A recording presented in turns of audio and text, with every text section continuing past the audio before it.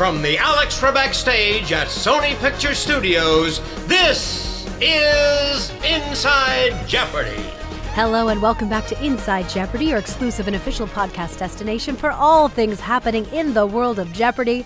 I'm Sarah Foss and I'm joined today by Buzzy Cohen. I know. I said a little different today. We all do. I mean, it's been raining for 4 months in Los Angeles. It's about time we caught a cold. We caught colds, yeah. Yeah, we both have colds. And we've all tested as we must to, We are COVID-free, but just cold, sniffly. Positive. And I just want to say, I want to get to do the intro one day. You and Michael always get to do the intro. I want to do it one day. Okay, you should totally get to do it. So let's put that on the to-do list. Let's do a redo right now. Ready? Do it. No, Come on. It's too late. No. Welcome us back. Just give me a little taste. You know what? I want to save it. Okay. Save it for the show. Okay. You heard it here first, listeners. You're going to get to hear this sometime soon. It just seems fun. And not right now. Speaking of fun, we are but 2 days away from a very important date.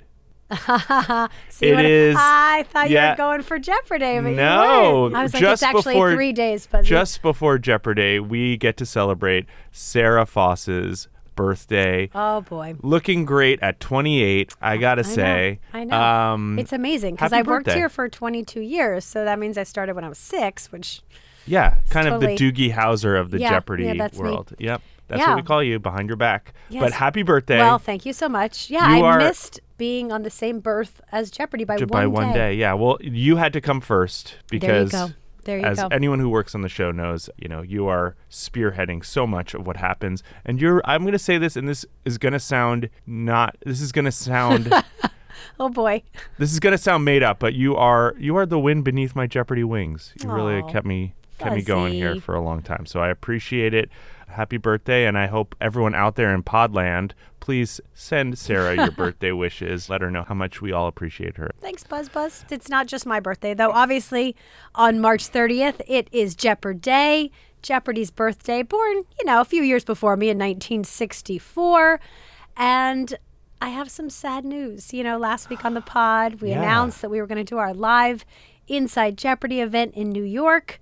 Unforeseen circumstances have come up, and we're now going to have to reschedule for a later date. So we won't be celebrating it together in New York.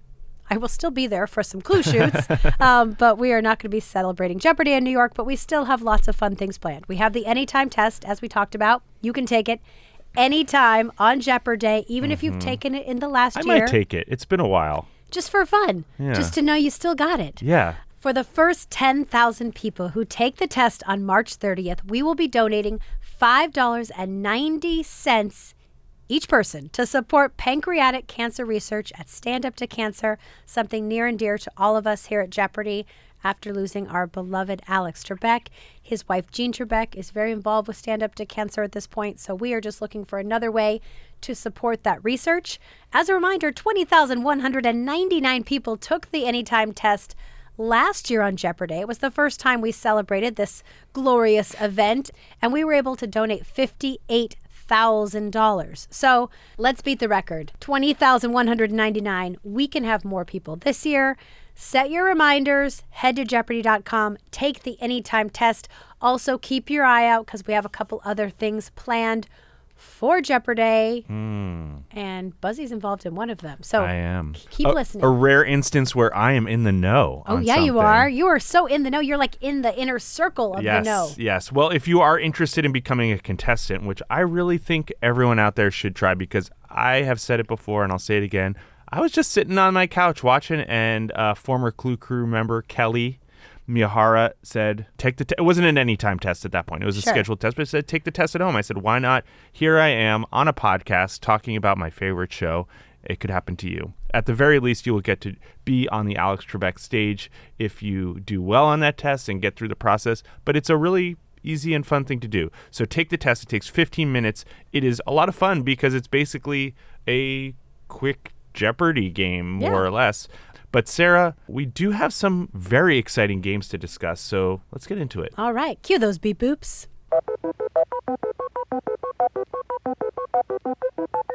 We kicked off the week with Kelly Berry, who last Friday, you may remember, defeated 8-day champion Stephen Webb. She's going up against Jake Garrett and Melissa Clapper.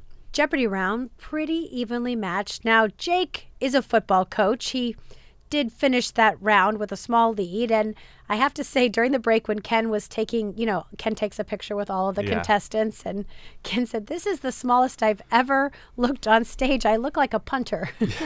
And to see the two of them side by side, I have to admit, Ken was correct. Now, in the Jeopardy round, we did have a clue. It was actually the final clue in the round. Quite the fish story, the category. The forests of Lasse Hallström was strong to pull in this Scott to play a fisheries expert in salmon fishing in the Yemen.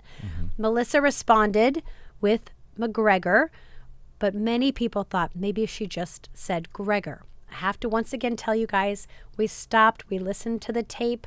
I know it wasn't as audible for you at home, but there definitely was her lips moving. She made a McGregor sound, and we knew that she did, in fact, have the correct response. But appreciate everyone just checking in, making sure we're paying attention. We were, and she was indeed marked correct. Well, Melissa had a strong double Jeopardy round, 12 correct responses, none incorrect. She hit the first daily double for $5,000, giving her a strong lead over Jake. When she found the second daily double on the last clue of the round, she wagered $3,000, got it correct, but didn't wager enough. If she had wagered 3401, she would have been unable to be caught in final. So she realized it immediately after the score updated.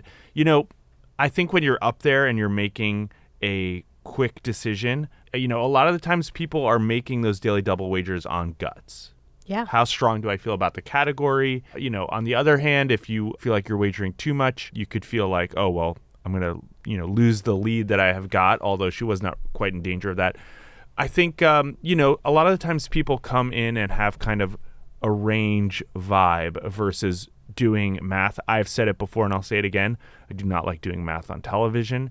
And so I understand where she's coming from. Yeah, she realized she made a foolish math error, as she called it. And Ken said, hey, it's a lot of pressure in that moment because you're trying to do the right thing and you're trying to get double that number. But that's quick math. And that's not just quick math at home on your couch. That's quick math on the Alex Trebek stage with the lights, with the cameras, knowing that millions of people are going to watch you. And she's just basically more or less completed playing her first Jeopardy game ever with an incredible lead. I understand that 3401 would have been a more optimal bet there, but I certainly feel for Melissa. I don't think she should get down on herself. It proved to be a non-factor. She was correct in final. Everyone was correct, but in her case, because she had that lead, she goes on to Tuesday's game, going up against Brandon Anderson and Charlotte Diffendale. I want to talk about Charlotte's jacket because Charlotte got a big compliment from Ken. And Charlotte is a letter carrier. She is a letter carrier, so not unfamiliar with wearing a uniform. Yeah, I love this. But she said, I wear a uniform all day. And so she wanted to dress it up for the Alex Trebek stage. Charlotte did actually tweet about the jacket. She said the crew was so supportive of her. And when she had got off stage, they said, the day your episode airs, you should wear that jacket on your route. So she did. She even posted a picture of it on Twitter. And I just love that Jeopardy spirit. There she is, delivering the mail, sporting some fabulous fashion. It was a very close Jeopardy round. Charlotte took a small lead with the help of the $1,000 daily double. Brandon right on her heels, $4,200, and Melissa with $3,600, just $1,000 off the lead, basically that daily double. Going into double Jeopardy, Melissa showed up yet again in the double Jeopardy round as she did in Monday's game. Perfect 14 for 14 responses and a $4,000 daily double. But Charlotte had hit the first daily double and made a big wager of her own, keeping her in striking distance. It came down to final. Yeah, a triple stumper, but Melissa was able, with that lead that she had built in Double Jeopardy, to secure her second win. We head into Wednesday with Melissa going for her third win up against Karen Morris and Zach Wisner-Gross. Well, I have to just say that in addition to getting a lead in the Jeopardy round, not a huge lead, but a meaningful lead, almost $4,000, I love that Karen is a cow surgeon. Yes. That was such an interesting thing. I mean, obviously, there are cow surgeons out there. I don't know if people are out on TikTok the way I am, but I am watching a lot of cow hoof care on TikTok. Yes, you've shared that Very fascinating. That and drain cleaning. Yeah, Yep. drain. Yeah, I'm big into it. So, Okay, Double Jeopardy. Moving on. Karen, she controlled the board for the majority of the round. She had a huge $6,000 daily double. She quickly found the second daily double, wagering $10,000 and responding incorrectly. At that point, she had essentially wrapped up a runaway game. So the large wager, maybe some could say unnecessary, but this is not the first time we've seen this kind of gameplay and seen it done successfully. yeah, I think that it's easy to say to Karen, you overwagered, but if Karen had gotten it correctly, it would have been like, oh, it's another James Holzhauer or Austin Rogers who also made, what some would consider big unnecessary wagers both on daily doubles and finals. I love it. Even Karen herself, she said it's a game show. It felt wrong not taking a swing. Margaret Shelton, she took a big risk at one point in her run. I remember her saying, I just got to take my shot. She even came to Karen's defense, saying, everybody who wants to take beep about a contestant's wager on Jeopardy, beat it. It's tough AF up there, and we all do our damnedest to win. As much as you may want us to win, we want us to win more. But you get up on that stage and show me how it's done. I love Margaret Shelton. She just says it like it is. And I will say that I remember when I would go up and wager 0 on Final Jeopardy and then just do my joke answer, it bothered people because they wanted me to, not lose a runaway, but wager some money and make more money. So it's like you're leaving money on the table. So, you can't win. You can't win. Well, even after missing that daily double, Karen was still in the lead going into final. Unfortunately, she was the only one who was incorrect, so Melissa gets a come-from-behind win to secure her third victory. She said at the end, this is just really exciting. I've been watching Jeopardy since I was a little kid. I had the board game at home. This is just surreal and a dream come true. And Thursday, Melissa is now facing Alec Chow and Daisy Donahue. Yeah, in the Jeopardy round, Alec had 14 correct responses on his way to a solid lead heading into double. In Double Jeopardy, we had a great category from Amor Tolles. He talked all about the Lincoln Highway. Not only his book, but our writers did a really creative category, kind of, mapping out the Lincoln Highway in a very only Jeopardy way that our writers can do. What a pleasure it was to record with him. Just a really kind man, and just to get a little window into his mind and how he comes up with these stories. I thought that was a fun category for the show. Melissa suffered missing 2 daily doubles in the Double Jeopardy round, giving Alec that runaway, but he was also the only one to get final correct. And in movie theme songs, Monty Norman, the composer of this character's theme, said the staccato riff conveyed sexiness, mystery, and ruthlessness. And that was James Bond or 007. Yes, we would have accepted 007. Just want to let everyone know that. Alec was really emotional during his post-game chat. When he asked to what he credits his first Jeopardy victory, he responded, my parents. They're in the audience, and they've given me everything. That is so sweet. Well, Alec is our new champion, and on Friday faced Tamara Gatas and Michael Murphy. Michael Murphy, you got to say it. Little Kenny Rogers-esque. Jimmy McGuire, our stage manager, he said, all right, Kenny Rogers, everybody. And it got a big laugh in the studio. Watching at home when he made that $4,000 daily double wager, I said, of course he did. He's the gambler. There you go. Well, a fun category we had in the Jeopardy round, WWE. This was my first kind of experience into WWE. We actually traveled to 2 different cities for 2 different events, a SmackDown event, a Raw event. Podcast producer Carlos Martinez and I traveled together. He's a wrestling fan, me not so much, but I really learned to love it. We went to one of the shows after we recorded the clues. I may have had a beer spilled on me within the first 30 minutes, but it was a lot of fun. Ken loved this category. Yeah, I was going to say that when we've been taping recently, people always ask Ken what his dream category is, and often he'll say 1980s pro wrestling. There you go. So he was excited about that. We have a lot of wrestling fans in the Jeopardy world. James Holzhauer, of course, probably the biggest one. Yeah. But Jason Sterlachey, a buddy of mine, also a big wrestling, always posting about AEW, which maybe I shouldn't talk about because they're a rival of WWE. But I'm just out here living my life, speaking my just truth. sharing your truth. Speaking of the truth, Double Jeopardy, the tables turned completely. Alec and Michael scored stayed stagnant while Tamara dug herself out of the hole. She found and responded correctly to both daily doubles, and after the second daily double exclaimed, "Look at me, I'm in first place." I love that. That's a great feeling. This is what winning feels like, Tamara. By the end of the round, she nearly had a runaway score, but it did come down to final, which she got. Yes. She was the only one to get. What an exciting week. We had a great 3-day champion, a lot of, some come from behind, some runaway, a little bit of everything, something for everyone. Something for everyone. I actually had the chance to catch up with Kofi and The Miz. They were in town because they were playing Celebrity Wheel of Fortune. You can see them this week on the Wheel of Fortune. So I had to say, hey, what's it like now that you've been in a Jeopardy category? So let's hear from Kofi first.